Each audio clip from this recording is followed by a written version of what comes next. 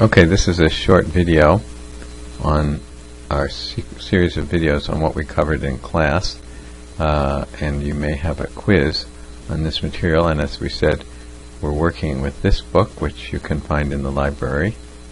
Actually, it's located in my data mining reserve section, but you can find it there. It may also be in the statistics reserve section, but I believe it's in the data mining reserve section. And we jumped immediately to chapter 2. And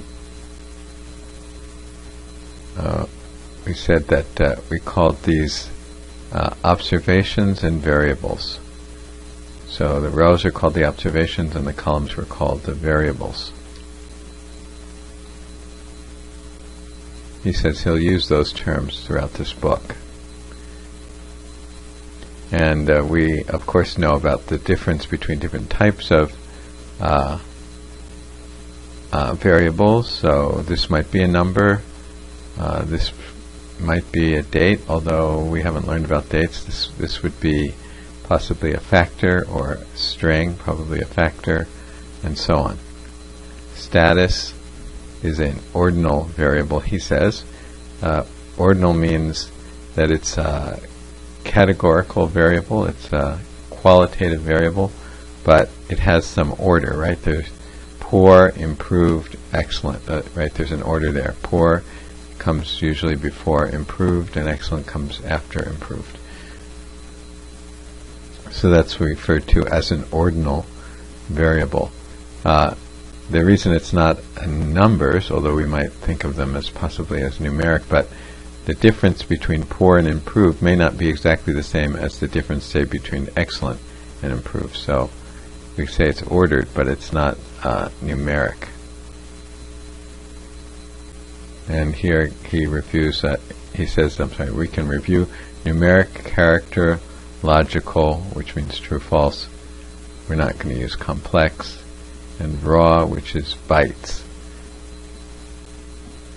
Next we talked about data structures, and we said we have vector, matrix, array, data frame, and list. And we've seen some of these, but we hadn't seen all of them. We haven't seen a list yet, and we hadn't seen an array yet.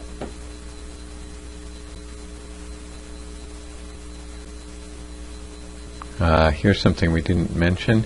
It says in R, an object is anything that can be assigned a variable. So, assigned to a variable, sorry.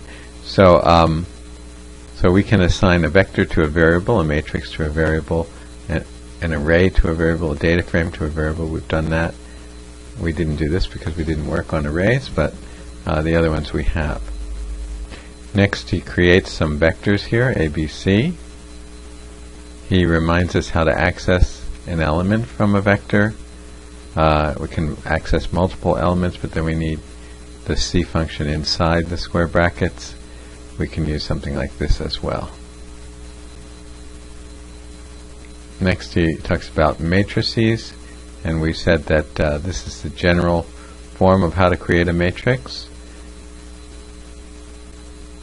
And the simple example is here.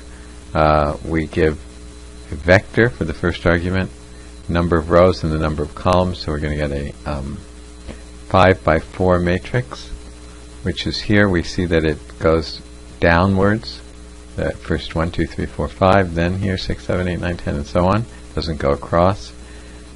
We see an alternative way to do this, where here we have a vector which we're going to put into our matrix function. We're also going to specify the number of rows and number of columns. We're going to change it to by row as true. Remember, that puts it across instead of down. It fills it in across instead of down. And then we also have dimension names, which he has to do as a list, which we haven't seen before.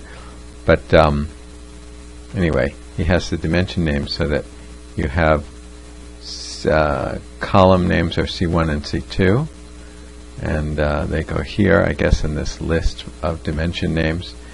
and then here for the rows. Gives a bit of an explanation there. We also mentioned this situation, so you can access different rows or different columns of the matrix by using something like this, and we did that in class. Rows by something like that. There were other ways as well, but here we see an example of doing that. Okay, I'll stop this video and come back to the next and make another one.